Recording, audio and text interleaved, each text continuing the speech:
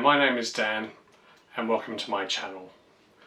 This channel is here to provide free drum lessons. In fact, better than free. Someone else is going to pay for your virtual drum lessons. So, who am I? Well, I have been playing drums since I was in high school. And bearing in mind I'm in my mid-40s now, it's a long time. I started off playing in all sorts of bands that you play in when you're young, you know, heavy metal, rock, and then I've progressed through various other genres, going to jazz, to orchestral, to gospel, done pop stuff, and I've done more recently sort of cover bands, things like weddings and engagements. I'm making this channel really because COVID has been a very interesting time, and although for people like me who live in the UK we can see a roadmap out of it, I think it's going to be quite some time before people feel comfortable actually going back into somewhere where they have a one-on-one drum lesson with a music teacher. So this is a completely free tuition. All you have to do is buy your own gear. That's as simple as. I'll be teaching for free. There'll be no special pay channels for extra content or anything like that. It is literally going to be completely free. So I love drums. I love playing the drums. I'm not by far the best drummer in the world, but I'm pretty good, so I've been told. And I'm like that with most of my hobbies.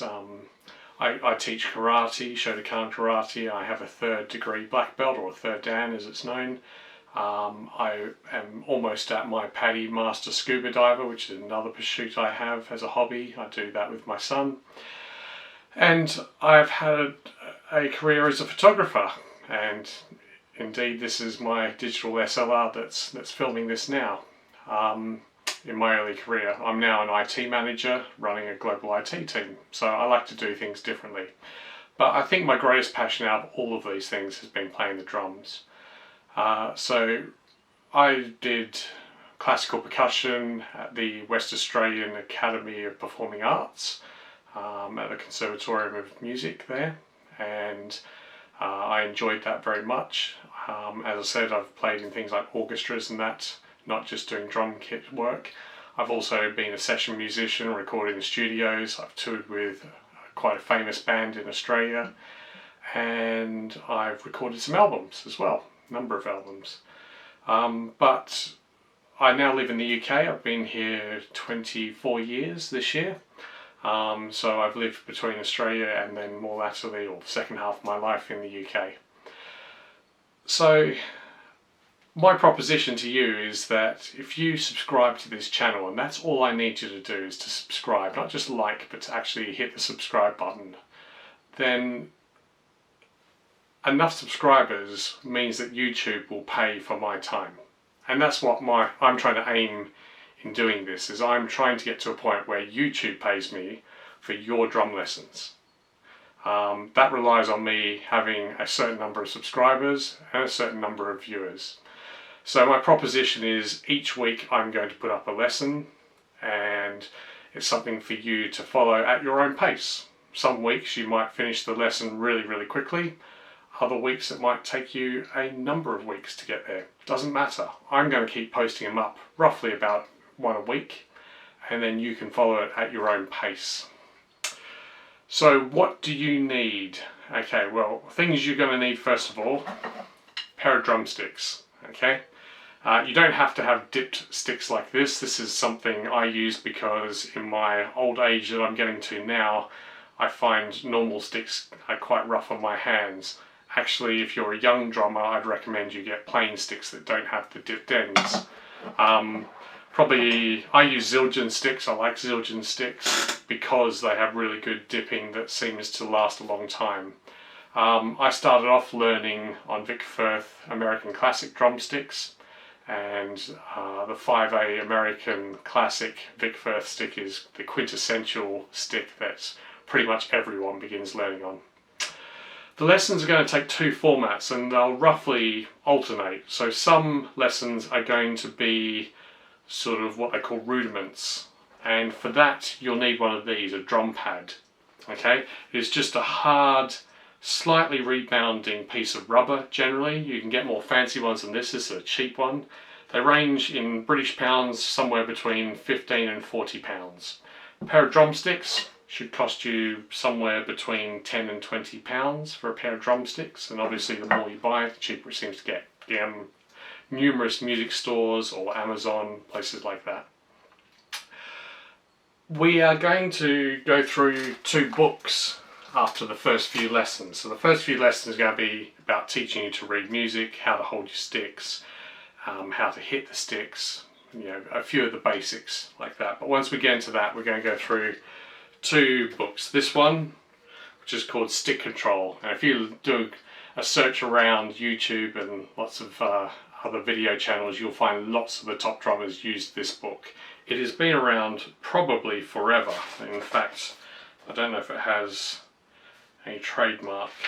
It's got more recent printing, but yeah, it looks like it was probably 40s it was originally brought out. Actually, there we go, original 1935, so even earlier.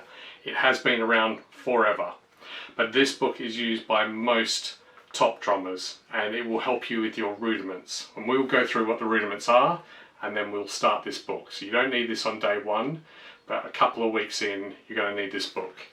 I got this on Amazon for very cheap. I think it was about 7 or 8 pounds, so it wasn't a lot of money. Once you've got through the basics and the rudiment lessons, etc., we are going to move on to drum kit work. And it's important that you do both. You can't just learn the drum kit, you have to learn the rudiments because one leads to the other. But you also can't just learn the rudiments unless you're going to be a military snare drummer or something like that. You have to basically buy a drum kit. I want this to be as cost effective as possible for you. So what I am going to do is record most of my lessons on my son's drum kit. My son is a fantastic guitarist. I love going and seeing and listening to him play. He plays drums as a secondary instrument, and I think, if we were talking grades, he's probably somewhere around grade 3 to grade 4 in ability, so he's good, but he's not the best drummer in the world, but he's a good drummer. He's played drums for a few people, but that's not his primary instrument. So he has a cheaper drum kit, sort of thing that you'd buy second-hand off eBay in the UK for about £500. So I will be showing you the drum pieces when we get to the drum kit work on that drum kit. I may occasionally use my big kit, but I am going to show you on a basic kit. One thing I've observed when I've looked around YouTube is that a lot of these channels are full with people with lots of fancy equipment, lots of fancy recording studio stuff. They've got big drum kits, etc., and it all just looks unachievable. This whole channel is about doing this on a budget. This is about doing this cheaply. It's not about you spending a fortune, but you do have to spend some money. So first of all, to start, week 1, you're going to need a pair of drumsticks, you're going to need a practice pad, and ideally you need to put the practice pad on something. So I'm using this, which is a percussion table, which is what I put things like percussion and sound mixers and stuff on when I'm gigging. But you could put it on a normal table. You could probably put it on your lap, although it might be a little bit too close depending on how long your legs are, but I've seen people do that. You can buy drum pads that have stands that attach into them. Totally up to you what your budget is, what you want to spend. But the main thing is you need the pad and you need somewhere to put it. We will spend the first few weeks going through sticking, through grips, through how to read musical notes, etc., so that you can start learning drums. Then we'll move on to the books, and we'll start with Stick Control, which I've already mentioned, cheap book, and it will help you play on this pad. We will also then move to drum kit work, and I use the Rock School syllabus. The reason I use Rock School, it's improved. I wasn't a massive fan of these when it came out. I thought they were too easy for the grades. The 2012 syllabus was good, but it wasn't great. I think it missed a lot. This new one, the 2018 syllabus, which has all of the 2012 stuff plus a whole load of new stuff, these are actually pretty good. And we'll be going from debut, which is sort of level 0, if you will, or grade 0, right up to grade 8, which is the top grade for drums. Okay, so I will normally maybe talk through or put some notes up about each piece, and then you'll get a recording. You don't want to see lots of me, so the recording I'll be doing is from an overhead camera, so you can see the drums and what I'm hitting. You'll see my hands at most. I don't need glamour, I don't need you to be looking at me when I'm playing drums. So unlike a lot of other channels that I've seen where people are making it all about them, this is not about me. This is about you learning to play drums. The last thing that you will need, that I haven't mentioned yet, is something to keep time with. It's called a metronome. Okay. There's lots of other terms for it, but in most musical instrument disciplines, people know it as a metronome. The easiest way to get a metronome is if you've got one of these, a smartphone, you can actually download a metronome app. And there's lots of them in iOS, like this phone is, lots of them on Android, and most of them are free. And literally a metronome is something that you can set beats per minute on. I am lucky, I'm fortunate, I have one of these, which is a Tama Rhythm Watch RW200. You'll see by this little screw bit on the top is that I actually have this attached to my drum kit, and that feeds into my ears when I'm playing, so it keeps me in time. But it's very, very important when you're learning to play drums to keep to time. Okay, don't guess it. You need something to actually click to, and that is another term for a metronome is a click track. You know, there's lots of other terms for it, but essentially what they do is they give you a set beat per minute noise that you will practice to. So it's very, very important that you have something to set that tempo and to stick to it, because you as a drummer in any sort of band context, you are the timekeeper. You are what set the pace and what the band plays to. And if they're not, you're in a bad band and you should leave them. If they are, which generally they will be, if you're going faster and slower, then they will too. And that's not a good thing. Okay, you want to have a nice constant tempo. So that's everything that you'll need to be able to do this. One last thing, okay? Your worst enemy in this is your brain, okay? And you might think, well, what is he talking about? Your brain plays tricks on you. So you might have seen on the internet, like dresses that are certain colours, and some people see it as one colour, other people will see it as another colour, etc. Don't worry, I'm not going to put coloured dresses on this channel. But the reason I'm telling you that is your brain will play tricks. It has biases, it does things in odd ways. One of the things that your brain will do is tell you that what you've just played was in time and it was okay. And actually it might not have been. Okay? So my recommendation to you is to record what you play. It doesn't have to be video, just the sound. Okay? And play it back to yourself and say, was I on time? Was I, hitting my pad in time to the metronome that I'm using?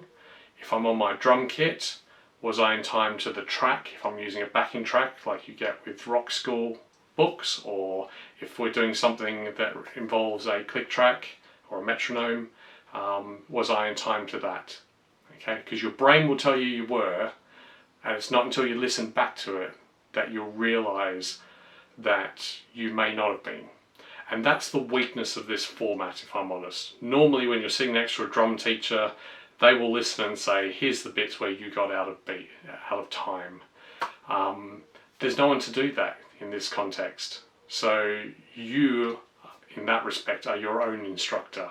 So I'll guide you, show you what to do, how to do it, but most importantly, you will need to actually listen to yourself, play back what you've played, and make sure that you are in check. Okay? There's no point moving on to the next lesson if you haven't got the previous one correct and on time. Just one last point on timing. For the first probably 3 grades on the drum school syllabus, I will be playing that in a single take. And the reason I'm doing that is because it means I won't be maybe 100% in sync, because I've never played the piece. I'll literally put it on a music stand and play it once and then end the recording. That's it. I won't do anything more than that. The reason I'm doing that is because it may not be 100% on time, which will emulate what your first few grades will be like, so that you don't feel bad and think, wow, he seems so precise and so in time and I don't. Actually, it's okay for the first few grades not to be precisely on time. Okay, there's some leeway until you get to about probably grade 3, grade 4, where then you have to be smack on the money. Okay, so certainly the first, well, quite a chunk of the first year, at least, maybe even beyond that, depending on the pace you take, will be literally using these pieces, and they won't be precisely on time. That's quite deliberate on my behalf. As we get through to grades 3, 4 and beyond, I will start getting back into full sync and back on time precisely, or as closely as precisely as I can. Okay, so I think that's about it. I hope that tells you why I'm doing this channel, what I'm doing, what you need, and I wish you the best of luck. Drums is an amazing instrument. My life is certainly richer for having played drums, and I hope yours will be too. Thank you very much.